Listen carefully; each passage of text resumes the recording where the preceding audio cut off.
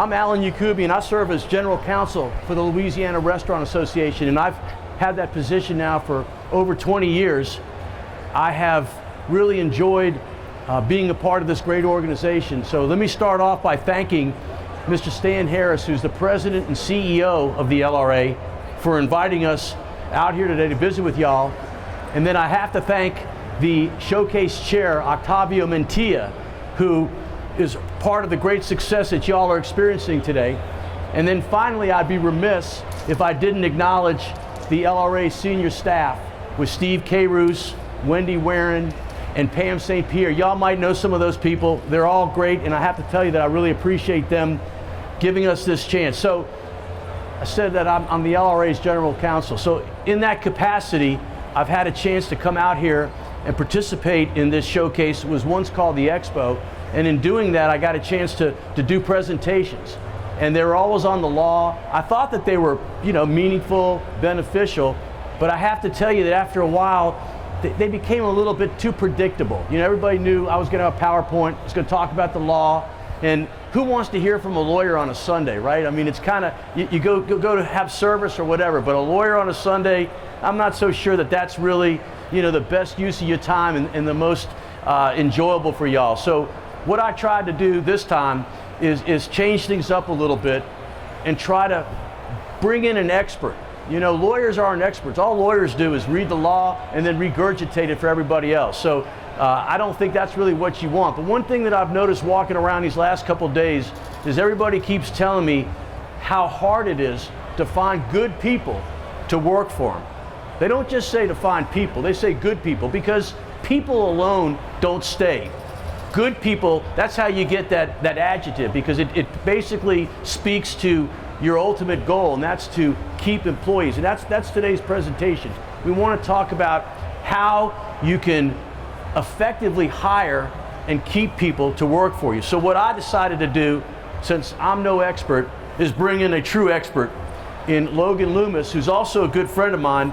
And Logan is a nationally renowned author who has written the book on hiring people, getting the people equation right.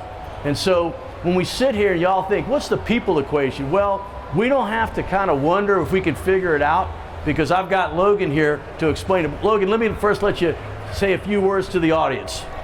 It's great to be here. I appreciate everybody showing up. Thanks to the organization for including me. And I'm looking forward to having sharing some good thoughts from my new book. Well, it's funny. Logan and I have spent a lot of time last couple of months. We have a place in Alabama, and we go over there a lot. And so we talk about all the things that we have to deal with on a daily basis.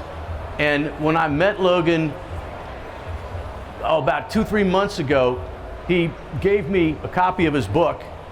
And I took it back and I started to look through it a little bit, try to get a little bit of an idea about what it was all about. And what was really interesting is that once I started to look at it, I couldn't put it down. And it's not that hard to read, but what I wanted to really share with y'all today is me kind of on y'all's side of the aisle, so to speak, not really being good at this necessarily, to listen to an expert talk about the best way to hire and keep people and have them ultimately become even better working for you. How do you go about doing it? So, full disclosure, I want y'all to know something so that you won't be too caught off guard. Logan once did what I do. He was once a full-time lawyer, and he's laughing because I think that kind of segues into why he's doing what he does now, being a consultant in the business world for over 30 years. But he once was a lawyer like me, filling out timesheets, having judges yell at you, and I think it got a little old. But Logan, why don't you tell everybody a little bit about your background and how you got from being a full-time lawyer to being a business consultant? I graduated in history, which doesn't create a lot of career opportunities. So I didn't want to teach, so law school, right? And I did well in law school, so big firms said, job offers. And so there I was, having invested in the education, and I had the qualifications to be successful.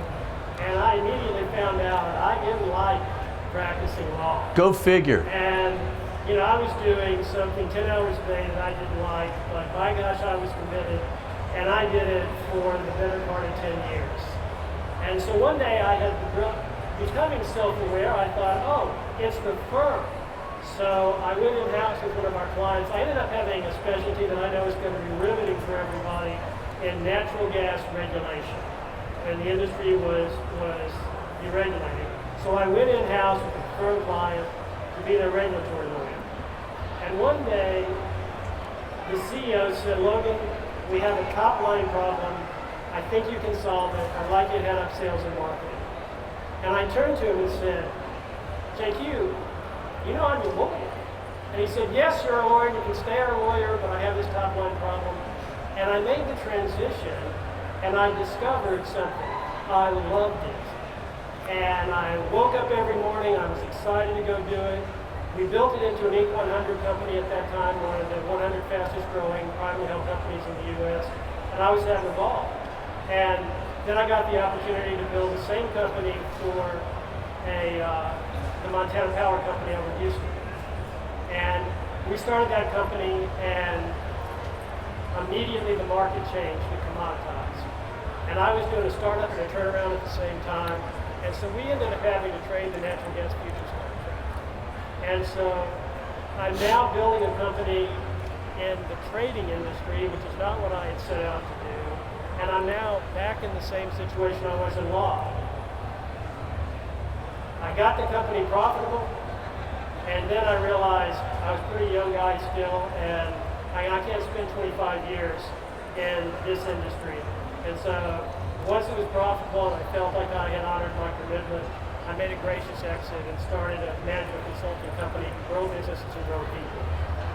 Let me do this. To grow people, to grow businesses and grow people. And I've loved it ever since. And in that process of growing companies and growing people, one thing that I've learned is getting the right people in the right jobs is critically important. And as important is having the leadership to keep them, to have the environment, the work environment that's going to make people want to work for you and stay with your team. So it's funny that when I listened to Logan tell me his story, it kind of hurt my feelings when he said he doesn't like what I do. But what I also learned was that at the end of the day, if you don't like what you do, you're not going to be good at it. That's exactly right. So let's talk about the book, Getting the People Equation Right. I've got to ask you right out of the box, what is the people equation? Okay, so the first part of the people equation is something we all hire on, qualifications, right? Everybody's got to have the skill, experience, education that you want for the job. I call that eligibility. You have to add to that somebody's attitude toward the activities in the job. And attitude is not just a positive attitude, it's the activities toward what you're actually doing. And I call that suitability. And then you have to look at work environment. Is the culture something that aligns with my values? It's someplace I want to work. And if you can get somebody that has the right eligibility, the right suitability, and the right culture fit, you have a high probability for success. And so that's the people equation. So the people equation is basically three things. Yeah. It's first, attitude. Yeah. Do you have the right attitude? And then it's qualifications, because you can have the best attitude all day long, but if you're not good at what you do because you don't have the qualifications, you can't do it. Or you can be like me. I had the qualifications to be a successful lawyer, and I hated it. Yeah, so you didn't have the attitude. So I'm not sticky. You're not, I'm not going to stay there. There's a point where you just go, I've had enough of this. And then you talk about the third being culture fit, meaning that you have to be able to fit in with the company that you're doing work for. That there's a work environment that you're comfortable in, and that you have people who are leading you in a productive way. And so getting that equation right is going to help your business, because it's expensive to hire people. It's even more expensive to turn somebody over because it's disruptive. And so spending the time to try to get the equation right, and when you're looking at attitude, I'll give you another equation, and it's A plus A equals P. if you think of the activities that you do in your job, and your attitude, which is the first A, and your attitude toward those activities, which is the second A, that's going to impact how you perform or don't perform in that job. So really focusing on attitude toward activities is where you get the equation for what is somebody who is suitable for a job. Do they enjoy it? So let's drill down a little bit on this. Let's talk about attitude. How do you determine if someone has a good attitude towards a job? You know, that was a question I started asking myself about late 90s, 2000. I'd been working for an IT consulting company, and they had lost one of their VPs. He's retiring, and we wanted to hire somebody that was really great. And so we did the typical hiring process: the resume, national executive search firm, great candidates, and 5 people interviewed them, you know, looking at the qualifications. And all of us thought, this is a great person. He had all the qualifications we needed. He had great references from the people up, and so we hired him.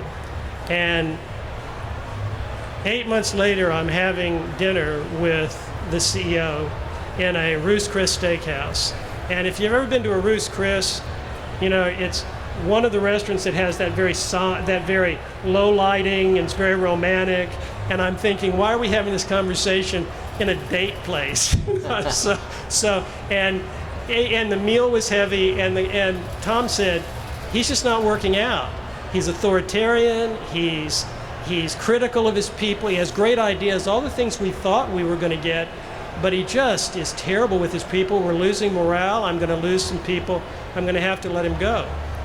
And I was, you know, I'd been part of that hiring decision, and I felt really badly, and I'm getting in my car, and, you know, cue Hollywood, it starts to rain. So I'm sitting in my car thinking, you know, I've made this terrible hiring decision. Anybody ever made a bad hiring decision? Yeah, we've all made a bad hiring decision. I'm a bad hiring decision. so we're sitting there, and I'm going, there's got to be a better way. And, you know, as a lawyer, I was trained in how to fire somebody legally and effectively. I'm good at that. I can do that. I've been trained on that, and I thought, nobody's ever trained me in how to hire somebody effectively. And so I made a commitment that I was going to learn how to hire people effectively. And then I got into, but how do you hire somebody who's suited for the job as well as has the qualifications, the eligibility for the job? And I was introduced to advanced people analytics. I'm glad Google finally named it. But it's using technology to solve business problems or behaviors of people who are applying to business problems. And so in 2000, as I was on my mission to hire better, I was introduced to Dr. Dan Harrison, who has an advanced algorithm that assesses somebody's suitability for a particular job. What qualities do you have that make you suited for that job? And applying that over the last 23 years now has really been a game changer, is to bring technology into the decision-making process so that you're not flying blind. You know, and one thing that we also have to in this whole process, that we have to really be attuned to is managing our own bias. We all have bias. So everybody click your fingers. That's how fast we form like or dislike. And if we like somebody, we put a halo on them.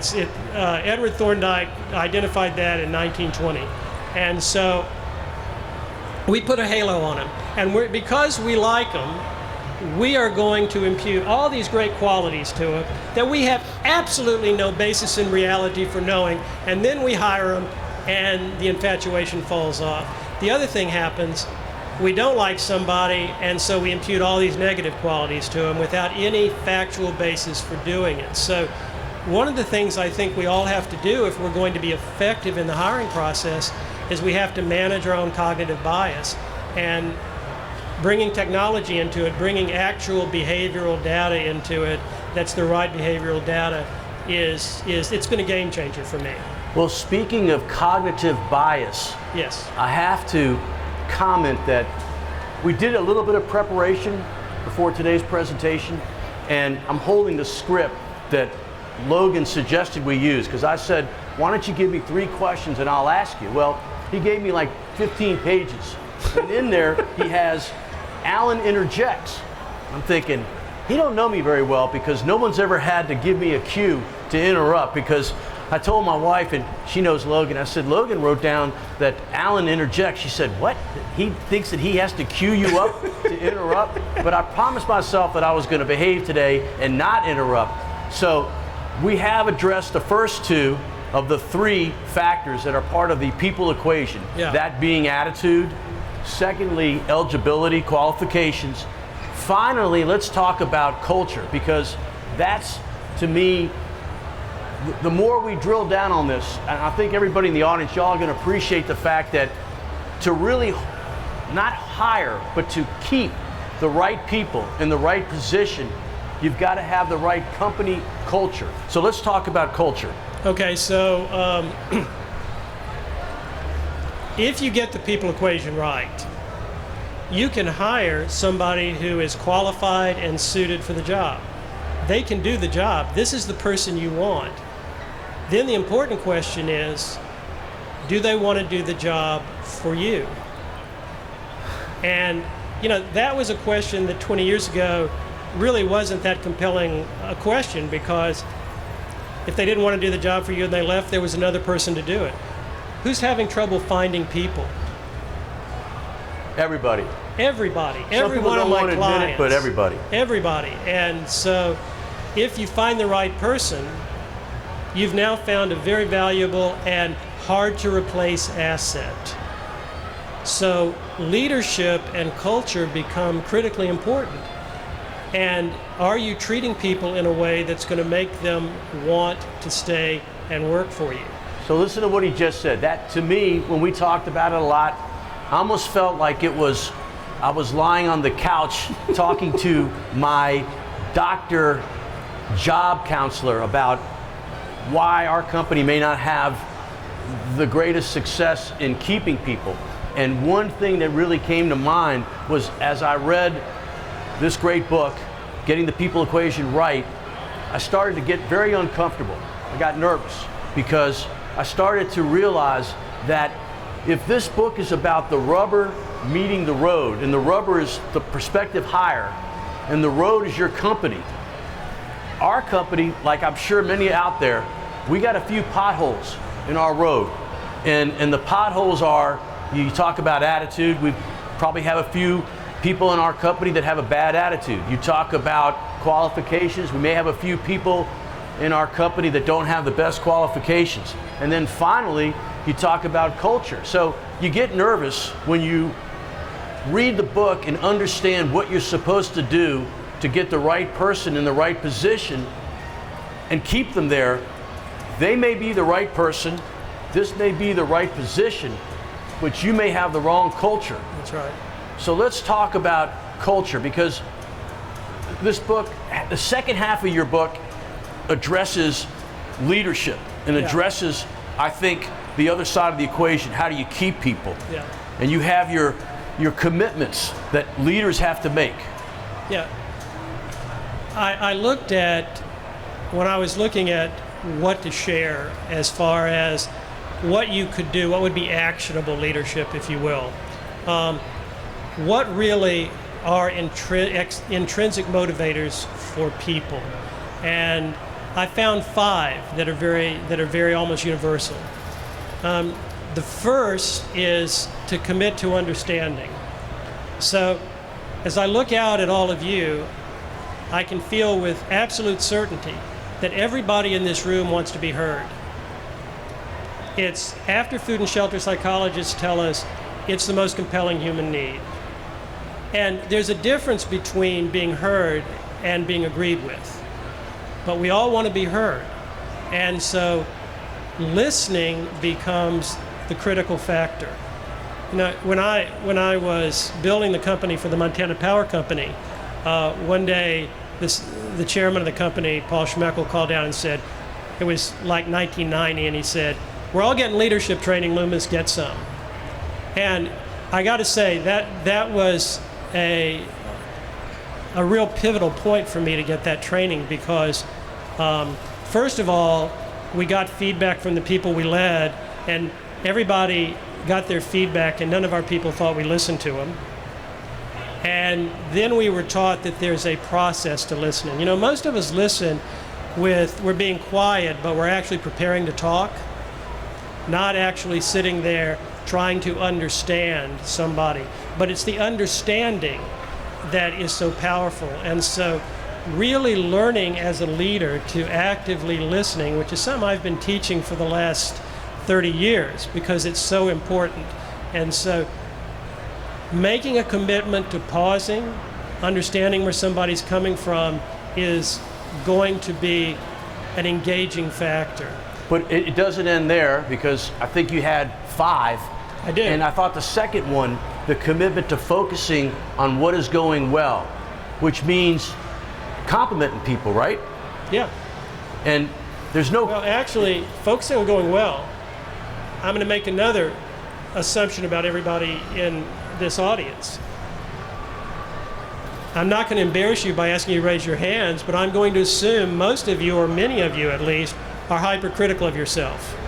You make a mistake, somebody's brave enough to raise their hand.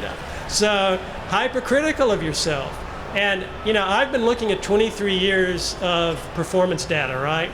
And what I have found, high achievers tend to be very hard on themselves, and often, and all behavior is positively motivated. So why are you hard on yourself? So I've asked this time and time again, and the answer is, I get most often is, well, it makes me better.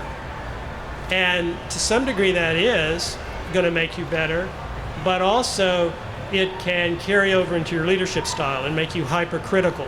And so focusing on what's going well is actually going to build more engagement. It's actually going to be better for growing your business, because what you really want to do in growing your business is look at what's going well and do more of it.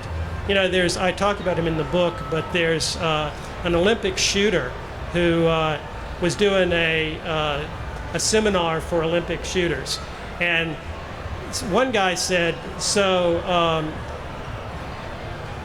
you shot 598 over 600 to win a gold medal. What happened on the 2 shots you missed? And so he looks at him and he goes, why are you interested in what shots I missed? Why aren't you interested in what I did to get 698 points? And so looking at what's going well and how to do it more is very powerful, and it's the second one. I think the third is a close cousin of the second. Commitment to expressing appreciation. But I want to make sure we get everything covered, so I'll make y'all laugh. He had in there the fourth was commitment to safety. So I said, you know, I think they're going to want to hear about the commitment to safety, because a lot of people get hurt on the job, slip and falls. And then Logan kind of correctly goes, no, not that kind of safety. The safety in being heard, the safety in being able to speak up and share an idea and not get shot down, right? Yeah, and if I make a mistake, do I feel comfortable coming and telling you I made a mistake? How are you going to handle that mistake? And, you know, creating an environment of emotional safety where people will share with you what they're thinking, and where they feel that they can speak up and speak their mind. So you can see a trend here of what engages people in an environment. And the one that I find is very compelling is appreciation. You know, you have to look at what's going well before you can appreciate something. When you see something going well and you appreciate it, that the research shows that is the thing that makes people most happy in a job, and the research is really, really extensive on that. And here's the great thing, it's free. Yeah, it costs you nothing. It costs you nothing except to look at what's going well and appreciating it. Boy, you did a nice job on that. You can take it to another level and say, make it personal. Boy, you did a great job on that, and I appreciate your commitment. You know, if somebody said that to you, how does it make you feel? The great thing is, and this is kind of, I think, of the cherry on the sundae, it's not why you do it, but it's the great payoff is when you appreciate something, it gets repeated. That's true. And oh boy, you do that in great. Okay, I'm going to do this more, and so you're getting a double benefit from it. And as long as you're doing it sincerely, it's extremely powerful. So let's look at the last one.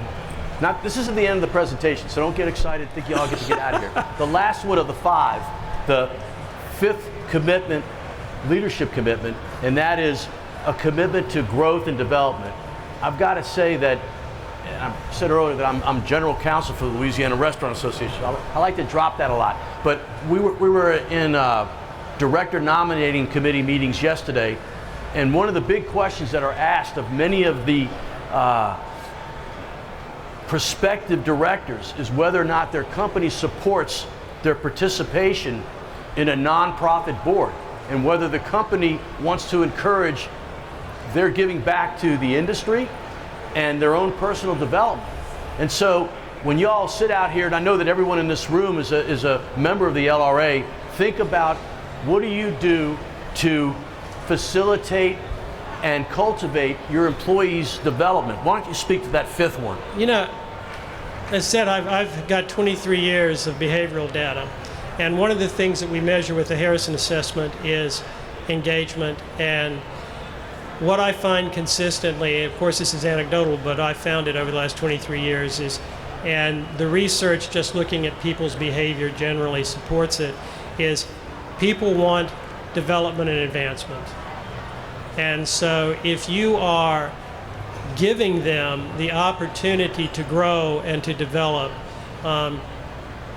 it makes people sticky because that's what they want. And when you have a situation where it's hard to find people and you find somebody who's suited, growing them into a more advanced job is a way to really ensure that you have a stream of labor. And I like to give somebody a takeaway, and I hope A plus A equals P is a takeaway, but also just on appreciation. What I'm going to encourage everybody to do is when you start your day in the morning, build a habit of appreciation. Make a commitment every morning to say, I'm going to appreciate one person today. So, if you do that, you're going to start building this habit, and it's going to really lift your organization, lift your work environment up. we talked yesterday about a little story that I told Logan. I know that no one in this room would believe that some of the lawyers in my firm don't think that I'm a nice guy, and they think I'm kind of tough. And I think 3 of them were down in my office. This is about 5 years ago. And the one that's the most challenging, real smart, law review, all that good stuff, but he said, "You don't have empathy." I said, "What do you mean I don't have empathy?" He goes, "You don't have empathy." And 2 of the other ones were like, and they're kind of agreeing a little bit. I said, "I have empathy. I care about people." And he started yelling, "That's not empathy." And so what do lawyers do when they think that they're being challenged? I got a dictionary out and I looked up the word empathy, and yeah, he was right. And so let's talk real quick about the concept of empathy. Sure. In the employment setting, and how important empathy is in terms of being successful, keeping people in the right position. Sure. It goes back to the first commitment we talked about, which is understanding. Empathy is basically understanding somebody, not agreeing with them, meeting that need to be heard and understood. And when you give that, it changes radically. Everybody knows what LinkedIn is. CEO of LinkedIn, Wiener, started out his career and apparently pretty hard charging, and he said, there was an article written on him that said he wielded his intellect like a sharp knife. And so, is that the kind of guy you want to work for? It's probably not. Right. And so then he read the Dalai Lama's book on compassion, and it changed his world. And so he's giving a commencement address to Wharton Business School, and he said, And I'm thinking, here are these folks out there, they've just finished all of their financial training and everything, and he's getting up there, and what does he talk about? Compassion. It changed radically how he leads. And he is today perennially one of the top 10 CEOs in Glassdoor, and that's people voting for you, the people who work for you voting for you. And he said the big change was compassion. It's empathy, it's understanding. Right. When you approach it that way. And you mentioned, and I'm going to go into the next topic, but you mentioned how with empathy you could gain influence. That's what got my attention, because I want to influence and I always want to, no, I'm teasing. But I thought that was really helpful. So we talked about something outside of Logan's book, and I mentioned to Logan that many years ago, I'd say 15, 20 years ago, I was at a Sugar Bowl dinner, and the keynote speaker was Lou Holtz, who had just finished his run with Notre Dame and was starting to become a motivational speaker. But I thought what he said was really memorable, to the point where I can literally recite it as we sit here today. And that is, he says, the three things that I look for in young men to play football for me are the same three things that you should look for in terms of people that you want to have come work in your company. Number one, can I trust you? Number two, are you committed to excellence? And number three, do you care about me? Care about me is the empathy, I think, compassion.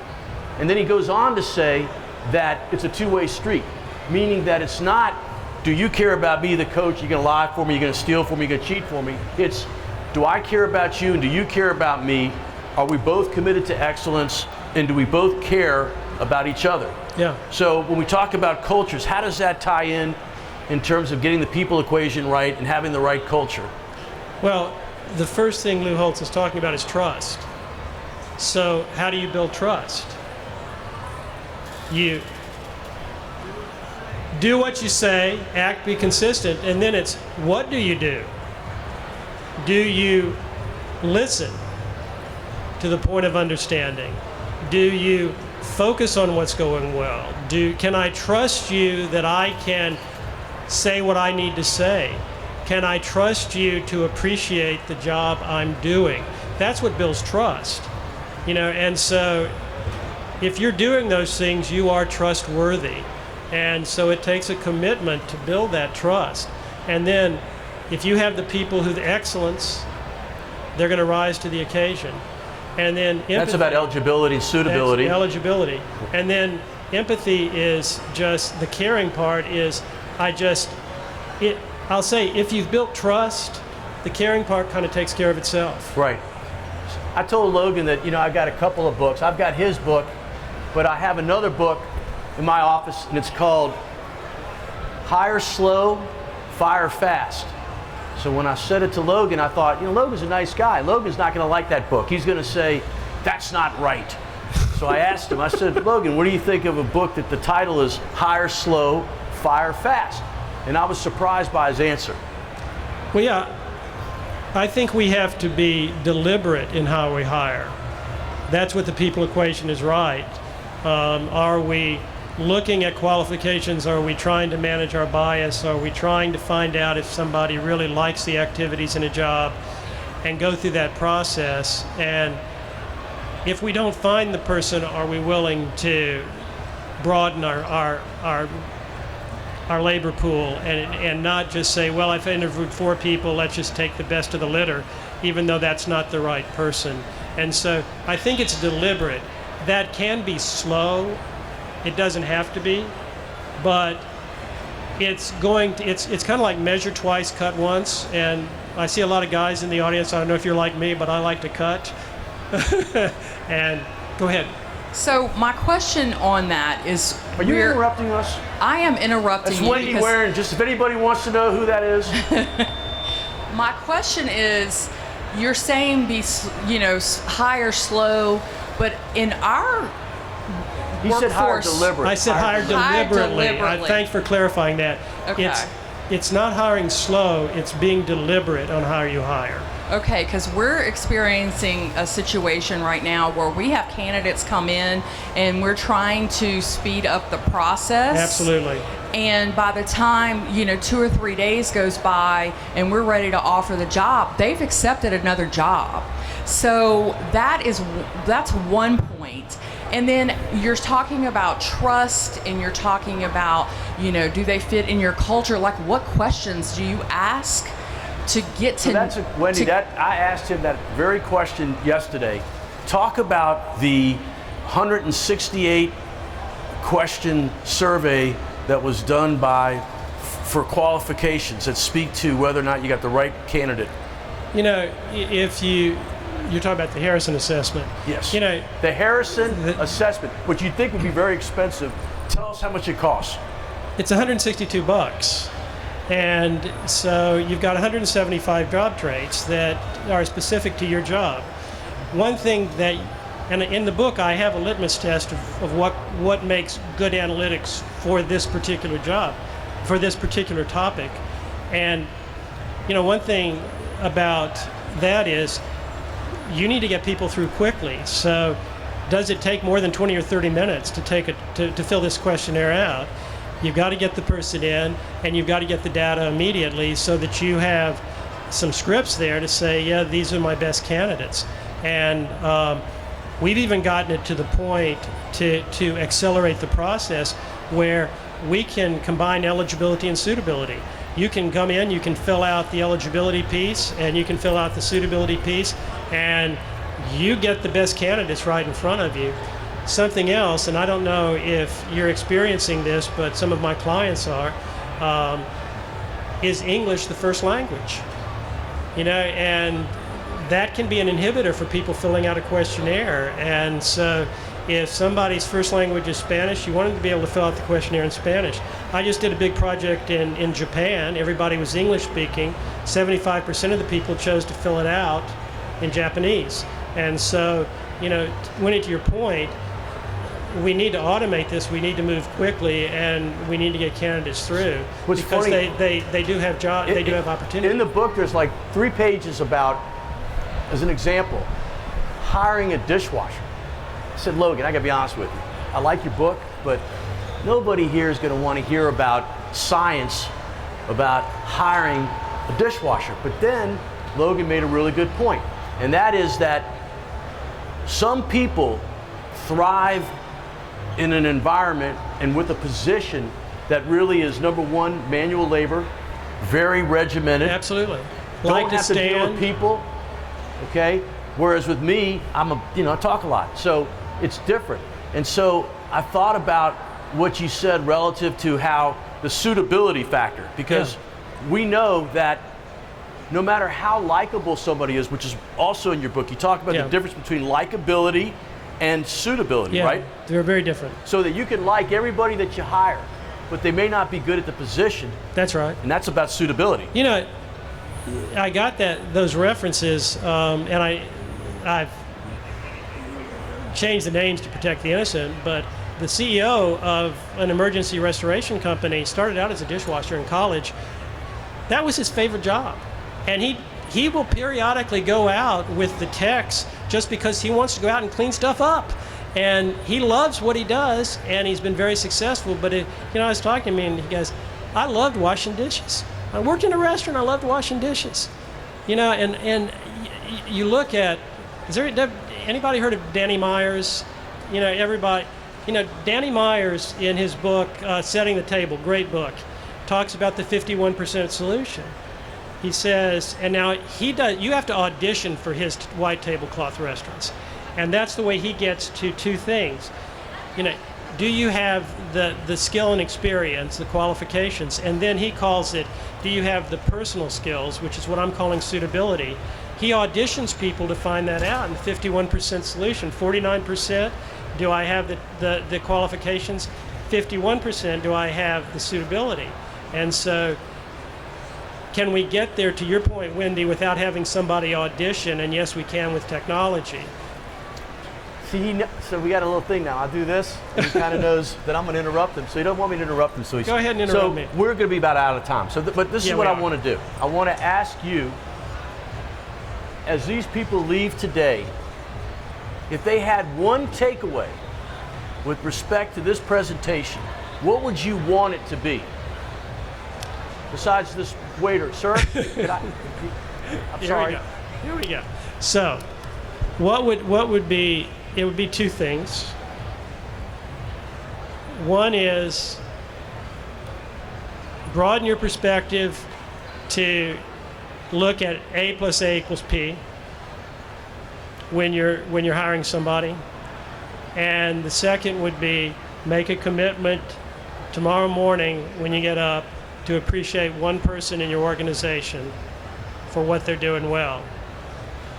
So we're about out of time in that it's 1:41. I promised these folks that we would clear the stage by 1:45. So We can take some questions. Anybody have any questions? All right. Joseph, I'm messing with you. I have a kind of a unique perspective. I'm a mechanical engineer, and I manage people at a job, and I also have an oyster farm that we facilitate, both my father-in-law and I. The hardest problem that I see is people that are highly productive, highly intelligent, but may not want a position of higher importance, but want their ideas implemented. And because things are moving so fast, a lot of times they don't get addressed immediately, so they react negatively. I'm having an issue trying to get that to those people, that they're being heard, but the things aren't getting acted on just because the laundry list is so broad. I think that goes back to trust, which Alan was talking about. And if you pause and say, so let me make sure I understand what you're offering. And if you then think it's a good idea, you can say, that's a great idea. Now, let me tell you what our capacity is, and let's deal with that capacity. It's not that we are not valuing you, we've got a capacity constraint. And when you finally get to it and you implement it, then people will go, oh, you've done your job. But it starts with just listening to them and really pausing and confirming that you understand what they're saying. And then it's capacity is capacity.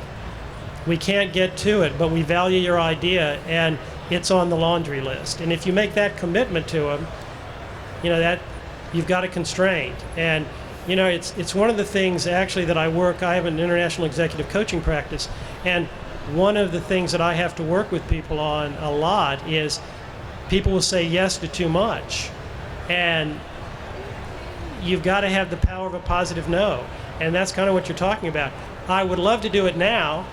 I can't do it now, but we will put it in process, and then honor that commitment. And people, does that help at all? It does. Good. So here's my little, because I know y'all want me to give you my takeaway, right? No, I'm teasing. But so when Logan and I talked about finding the right person for the right position, what I learned, what it came down to is that Logan said in a sentence, you need to love what you do. And if you love what you do, you'll be good at it. Yeah. And I'm thinking, okay, I got that.